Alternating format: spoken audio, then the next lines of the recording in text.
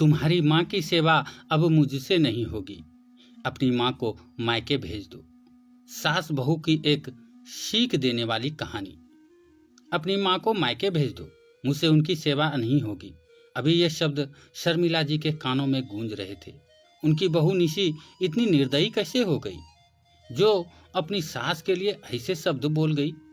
आखिर निशी ने अपनी शादी के 3 साल बाद ही उन्हें आईना क्यों दिखा दिया। लेकिन वो तो सास थी, इतनी आसानी से हार तो मानने से रही। बस अब वो निशी के माता पिता का इंतजार कर रही थी। आखिर उनकी बेटी ने ये शब्द बोले तो बोले कैसे। निशी की शादी उर्मिला जी के बेटे कुलदीप के साथ 3 साल पहले ही हुई थी। हंसती मुस्कुराती निशी ने ससुराल में जल्दी ही अपनी जगह बना ली। हर काम भाग भाग कर करती थी, इसीलिए शर्मिला जी भी उससे खुश रहती थी। लेकिन शादी के 3 महीने बाद उसे पेट दर्द की शिकायत रहने लगी। पहले तो शुरू में शर्मिला जी ने उसे पास के मेडिकल शॉप से पेट दर्द की दवाइयां दिलवा दी थी। लेकिन जब धीरे धीरे उसे पेट दर्द की समस्या ज्यादा होने लगी तो ससुर रमन जी और कुलदीप के कहने पर उसका चेकअप कराया गया। तब पता चला कि उसे पथरी की शिकायत थी। हालांकि स्टोन का साइज कम था जो दवाइयों से ही ठीक हो सकता था, लेकिन ट्रीटमेंट करवाने की जगह शर्मिला जी ने हंगामा खड़ा कर दिया। पथरी तो उसे पहले से ही थी। उसके मायके वालों ने अपनी बीमार बेटी को झूठ बोलकर हमारे माथे मर दी, इसीलिए इलाज भी उन्हें ही करवाना पड़ेगा। मैं तो 1 रुपये भी खर्च नहीं करने वाली। घर में कुलदीप और उसके पिता रमन जी ने शर्मिला जी को खूब समझाने की कोशिश भी की, पर वो तो समझने का नाम ही नहीं ले रही थी। उल्टा उन्होंने उसके मायके फोन लगा दिया और उसके माता पिता को यहाँ बेटी के ससुराल बुला लिया। आखिर उसके माता पिता जो दूसरे राज्य में रहते थे, रातों रात टिकट करवाकर उसके ससुराल पहुंचे।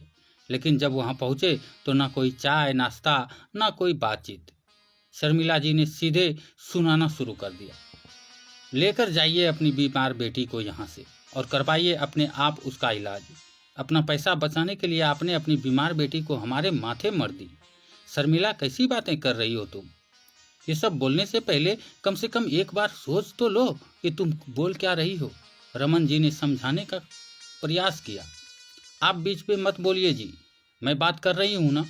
शर्मिला जी ने सबके सामने ही रमन जी को यह कहकर चुप करवा दिया। निशी के माता पिता ने कहा, समधन जी, हमारी बेटी को कोई बीमारी नहीं है, पथरी ही तो है। ये तो किसी को भी हो सकती है। इसका तो इलाज भी संभव है। अगर इलाज की बात है तो इलाज हम करवा देंगे, मना नहीं कर रहे हैं। पर आप ये हम पर बेवजह का इल्जाम तो मत लगाइए। खर्चा बचाने के लिए अगर शादी होती तो आपको पता होना चाहिए कि शादी में पथरी के इलाज से कई गुना ज्यादा खर्च होता है। मुझे कुछ नहीं सुनना। अरे कोई रातों रात स्टोन इसके पेट में बन तो नहीं गया होगा। ये तो पहले से ही बना था ना। आपको सब पता था, फिर भी जानबूझकर आपने अपनी बीमार बेटी हमें सौंप दी। आखिर शर्मिला जी कुछ समझने का नाम ही नहीं ले रही थी। तो रमन जी और कुलदीप के कहने पर मम्मी पापा निशी को अपने घर ले गए। वहां मायके में ही निशी का इलाज चला।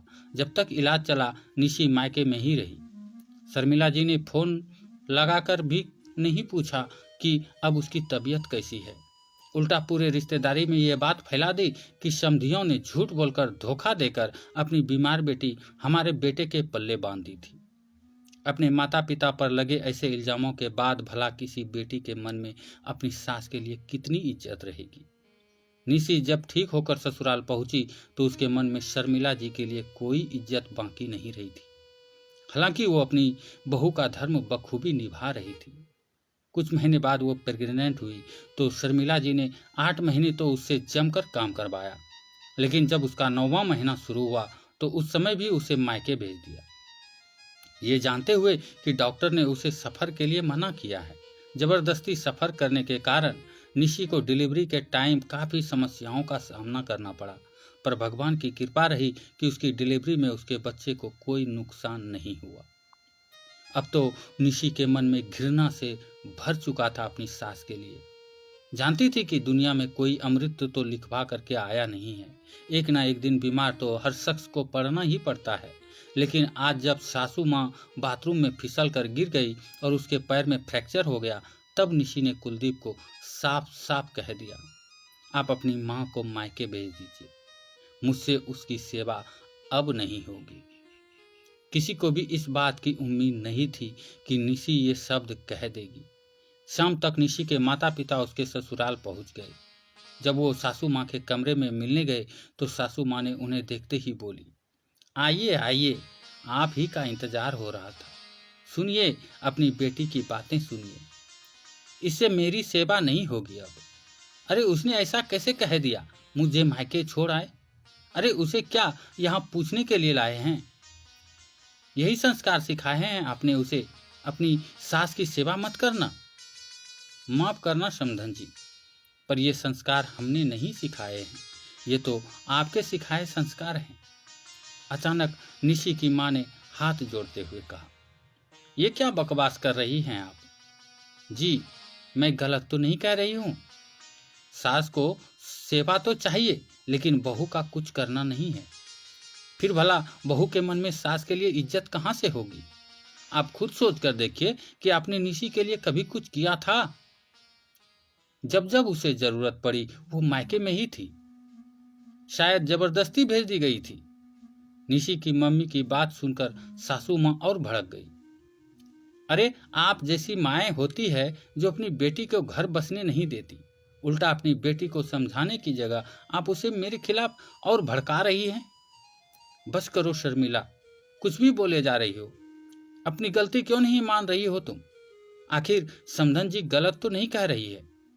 जब जब बहू को तुम्हारी जरूरत थी तुमने उसे मायके भेज दिया, हमारे मना करने के बावजूद भी तुमने ऐसी हरकतें की।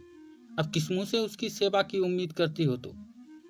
आज रमन जी सबके सामने शर्मिला जी को डांट दिया। ये देखकर शर्मिला जी चुप हो गई। आखिर निशी के माता पिता कुछ घंटे रुककर वहां से रवाना हो गए। शर्मिला जी के लिए रमन जी ने एक नर्स रख ली, वही उनका सारा काम करती थी, जबकि निशी अपना घर का काम और अपने बच्चे को संभालती थी। तो दोस्तों, ये कहानी आपको कैसी लगी? अगर अच्छी लगी हो तो वीडियो को लाइक और शेयर करें, अपने परिवार फैमिली में शेयर जरूर करें ऐसी कहानियाँ। धन्यवाद।